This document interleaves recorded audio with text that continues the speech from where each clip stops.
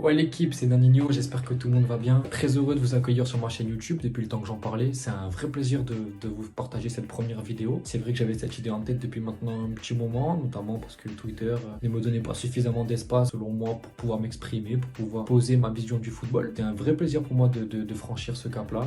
J'ai longuement hésité, puis je me suis lancé, je me suis dit que de toute façon j'avais rien à perdre. On verra bien ce que ça donne. Donc forcément j'espère que ça vous plaira. Si c'est le cas, n'hésitez pas à vous abonner, à liker, à partager, à commenter si vous voulez bien évidemment participer au débat et me donner votre avis, je serai très ravi de vous répondre. Mais en tout cas, voilà, j'espère que ça vous plaira, que on passera de bons moments ici sur cette chaîne YouTube. Je vous invite, comme ça c'est fait, à me suivre également sur Twitter. Je vous le mets en bas à droite de l'écran pour ceux qui veulent. Voilà, je suis quasiment tout le temps connecté sur Twitter pour parler football, bien évidemment. Donc voilà, je suis très content. J'espère que ça vous plaira. Et puis voilà, je vous souhaite une très bonne vidéo et j'espère qu'on se reverra régulièrement ici. Donc pour cette première, forcément, je vous dois parler de mon club de cœur. J'ai sorti le maillot pour ça, l'OGC Nice. Et j'ai décidé, comme je l'avais annoncé sur mon Twitter justement, de m'attarder sur la question suivante, celle des joueurs en qui je crois énormément au club actuellement, mais qui sont dans une situation plus ou moins délicate. Ouais, c'est pas facile.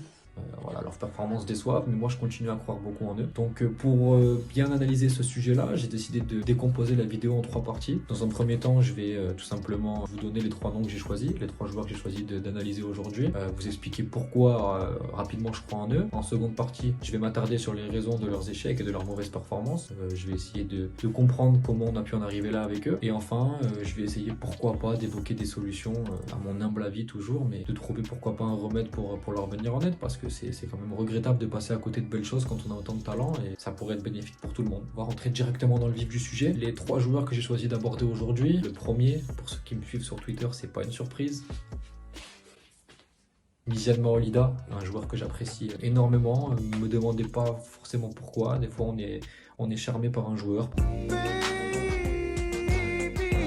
par un profil, par une histoire, etc. Moi, c'est lui, c'est mon poulain, je l'appelle comme ça pour rigoler. Le deuxième, c'est Stanley Nsoki et le troisième, c'est Alexis Claude Maurice. Donc, vous l'aurez compris, 3 joueurs qui suscitent beaucoup d'interrogations chez les supporters et beaucoup d'espoir qui était placé en eux à leurs arrivées. Et puis finalement, petit à petit, force de mauvaises performances, de blessures, de méformes, etc., il y a eu une perte de patience et aujourd'hui, beaucoup de supporters ont perdu tout espoir envers ces joueurs-là. Moi, je ne suis pas encore arrivé à ce stade-là et je pense même ne jamais en faire partie parce que j'ai décelé en eux je suis pas le seul d'ailleurs, des qualités qui sont pour moi évidentes et que il me paraît important de souligner. Tout d'abord, Misiane Maolida. En quelques mots, je vais pas vous faire une présentation détaillée du joueur. Je pense que ceux qui regardent les matchs, et vous les regardez tous parce qu'on est amoureux du gym, vous le savez. Misiane Maolida, c'est un joueur qui tout d'abord pour moi sur le plan athlétique est très intéressant parce qu'il est puissant, il est rapide, il est grand. Donc c'est un profil que l'on n'attend forcément devant, je trouve. Il est rapide également. Et puis techniquement, moi je le trouve fort techniquement. Très sincèrement, je le trouve même très bon techniquement. Seulement, c'est pas dans les pieds que ça pêche. On y viendra plus tard dans la vidéo, mais c'est plus mentalement pour moi, l'aspect confiance. Mais en tout cas, voilà, Misiane Maolida, c'est un joueur qui me plaît beaucoup, en qui je crois énormément. Bien évidemment, je suis pas aveugle. Je suis conscient qu'il y a beaucoup de mauvaises performances aussi depuis son arrivée. Et donc justement, on essaiera d'expliquer plus tard pourquoi il y a ces performances-là, malgré un talent qui, selon moi, est évident. Le deuxième, c'est Stanley Nsoki. Pareil, un défenseur pour moi qui est relativement complet, même s'il doit encore, bien évidemment, progresser sur chaque domaine. Je le trouve, premièrement, c'est quelque chose qui me surprend toujours avec lui, je le trouve très fort dans l'anticipation. Je le trouve, d'ailleurs ses stats, je crois, le confirment en termes d'interception, etc. Il est très bon dans la lecture de trajectoire, dans la lecture du jeu, je le trouve très bon. Il est solide au duel, il est dur à bouger, il est rapide. Maintenant, bien évidemment, il y a encore beaucoup de défauts à gommer, comme les sauts de concentration ou la nonchalance. Je le trouve très nonchalant parce qu'encore une fois, malgré ces nombreuses pertes de balles, il faut le dire, malheureusement, derrière. Je suis persuadé que c'est un bon joueur techniquement, que c'est un bon défenseur qui a un bon pied gauche, un peu comme Malang Sarr l'était. Il est capable parfois de perdre sa concentration pendant un match, de faire une mauvaise passe, et malheureusement il est un peu malchanceux, il le paye souvent par un but derrière. Mais voilà, pareil, je reste convaincu par son talent, par son potentiel, et ça me paraissait important de l'évoquer aussi aujourd'hui. Le troisième, Alexis Claude Maurice.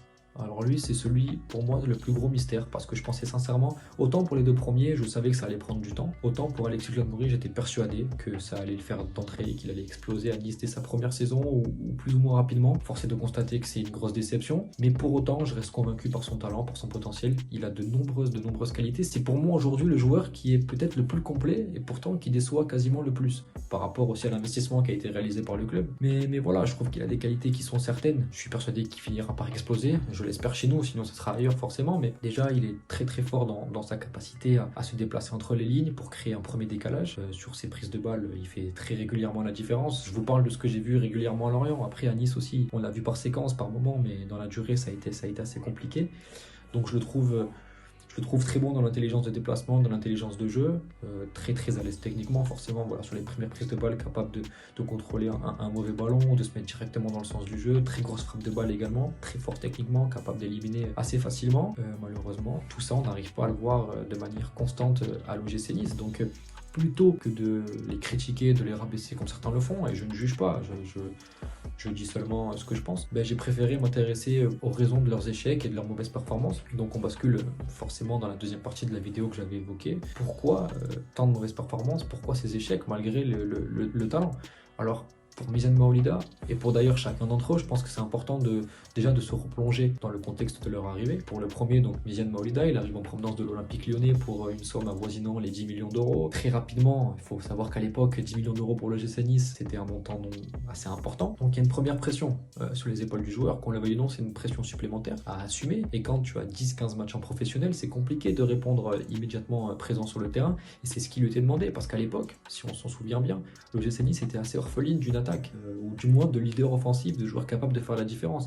Et donc les dirigeants ont décidé de miser sur Mizan Maolida, ok, très bien, mais j'aurais accompagné ce transfert-là d'un autre joueur capable peut-être d'offrir plus de garanties à court terme. Mizan Maolida est ce que j'appelle du moins un diamant à polir, c'est-à-dire un jeune joueur gonflé à bloc de potentiel, mais qui a besoin d'être accompagné dans son développement, dans sa progression. Et on ne peut pas demander à un gamin qui a 10-15 matchs en pro de répondre présent immédiatement et de rentabiliser sportivement l'investissement qui est fait sur lui, et c'est pas possible. Et malheureusement, la situation à l'époque de l'OGC Nice le demandait. Donc déjà, dès le début, il y a eu un imbroglio à ce niveau-là, et donc ça ne l'a pas aidé pour la suite de sa carrière à l'OGC Nice.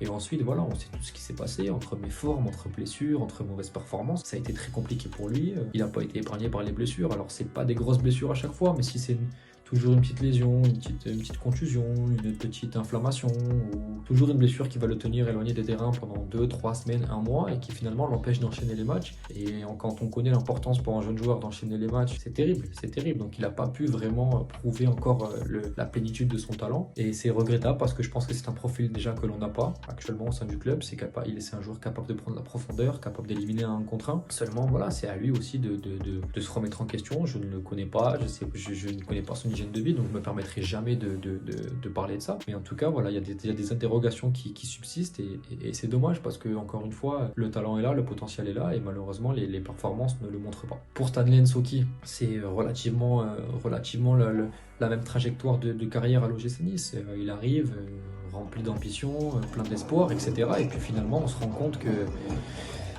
ça ne le fait pas. Pareil, c'est un jeune joueur qui doit encore progresser, qui doit encore se développer techniquement, tactiquement, surtout tactiquement. C'est tactiquement, je pense qu'il faut qu'il progresse encore, Stanley Nsoki. Mais on en demande peut-être aussi rapidement par rapport à son âge et à son expérience. Il arrive en provenance du Paris Saint-Germain, donc forcément déjà ça fait saliver. Il avait fait des très bonnes performances avec le Paris Saint-Germain à l'époque avant de signer chez nous. Il était suivi par l'Olympique Lyonnais, par l'Olympique de Marseille, par Newcastle, par pas mal de clubs plus ou moins intéressants. Et donc Stanley Nsoki, il arrive, on se dit voilà, on tient enfin notre bon défenseur. Donc voilà, on se dit qu'on tient enfin notre défenseur, mais encore une fois, les attentes ne sont pas en adéquation avec le profil du joueur. Un joueur qui est encore très jeune, qui est encore perfectible, qui a une grosse marge de progression, qui va devoir commettre des erreurs pour progresser. Et malheureusement, on a besoin d'un joueur confirmé à ce moment-là. Et donc il y a encore une erreur pour moi des dirigeants.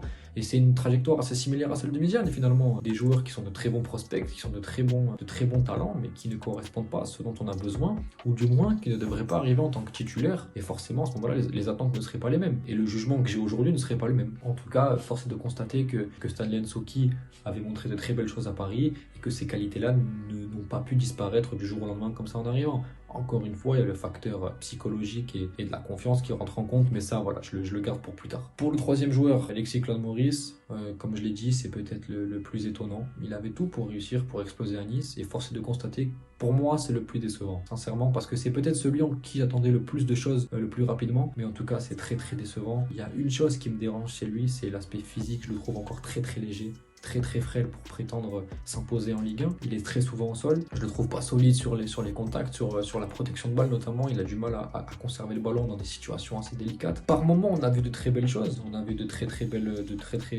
belles séquences par moment, mais dans la durée, c'est beaucoup trop insuffisant pour un joueur de sa qualité. C'était pareil, suivi par de très bons clubs. On avait placé beaucoup d'espoir en lui, et force est de constater encore une fois que c'est très décevant. Mais ses qualités n'ont pas pu disparaître, à l'instar de ses deux compères, n'ont pas pu disparaître.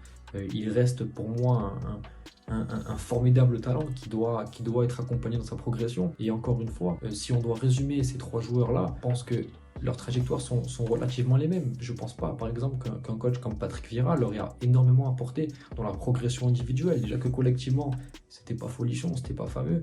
Forcément qu'individuellement, tu n'as pas dû progresser énormément avec Patrick Vieira. Donc il y a aussi ça à prendre en compte. Il y a aussi le dynamisme de groupe.